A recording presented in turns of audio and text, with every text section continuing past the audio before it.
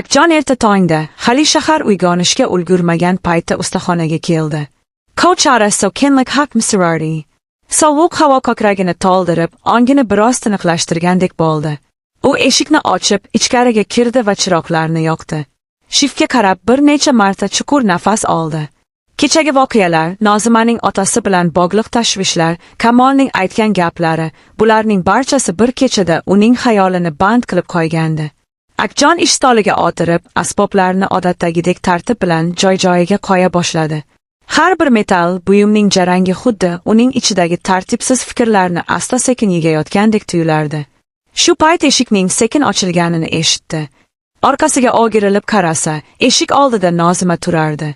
Qizning ko'zlari qizarib ketgan, uyqusiz tun o'tkazgani yaqqol bilinardi. Shunga qaramay, u jilmayishga harakat qildi. Akjon o'rnidan turib, unga yaqinlashdi. "Qanday bo'ldi, otangiz yaxshimi?" dedi u ehtiyotkorlik bilan. Nozima bosh irgadi. Ko'zlarida minnatdorlik aks etib turardi. Kecha kechqurun biroz oziga keldi. Shifokorlar yaqindan kuzatamiz deyishdi. "Sizga qanday rahmat aytishni bilmayman, Akjon aka. Juda katta yordam berdingiz." U shunday dedi-yu, bir zum jim qoldi. Go'yo yana nimanidir aytmoqchi, ammo so'z topolmayotgandek. Akjon buni sezdi, lekin savol bilan siqmadi. Yonidagi stulni ko'rsatdi. "O'tirib oling. Siz ham tun bo'yi bezovta bo'lgansiz." Nozima sekin o'tirib, yuzini qo'llari bilan yopdi. "Kechagi gaplarim uchun ham uzr so'ramoqchiman. Sizga og'ir bo'lgan bo'lsa, men o'zimni yo'qotib qo'ygandim. Akjon jilmaydi. Anday demang. O'yla hamma narsadan ustun. Sizga yordam berish men uchun og'ir emas." Nozima unga qarab qoldi. Ko'zlarida aytilmagan hislar yashiringandek edi. Ammo ichidagi qandaydir to'siq uni yana sukutga majbur qilardi. Shu payt ustaxonaga bir nechta mijoz kirib keldi. Nozima o'rnidan turib, ularga xizmat ko'rsatishga kirishdi. Akjon ham ishiga shongidi, ammo xayoli joyida emasdi. Kamolning kechagi gaplari va Nozimaning bugungi nigohidagi dard uni tinch qo'ymayotgandi.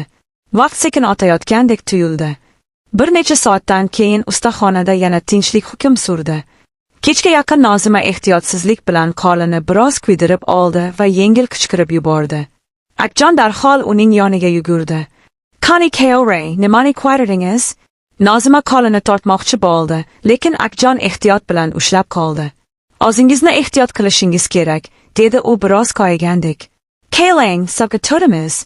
Suv oqayotgan paytda Nozima past ovozda "Rahmat" dedi. Akjon uning qo'lini qo'yib yuborganda, qiz ayblov bilan emas, balki iliq nigoh bilan qaradi. "Akjon aka, kecha Kamol kelganida siz noqulay holatga tushdingiz. Mening aybim." "Yo'q", dedi Akjon boshini chayqab. "Har kimning tanlov qilishga haqqi bor." U shunday der ekan, yuragida nimadir uzilgandek bo'ldi. Shu payt eshik ochilib, Kamol kirib keldi. U ustaxonani ko'zdan kechirdi va to'g'ri Nozima tomon yurdi. "Bugun yaxshi ko'rinyapsan. Kechagi voqeani eshitdim. O'roning nekiga bordim, seni topolmadim." "Rahmat", dedi Nozima qisqa javob bilan. "Bugun kechqurun gaplashsak deb o'ylagandim", davom etdi Kamol. "Boki chalversin." "Bugun imkonim yo'q", dedi Nozima qat'iy.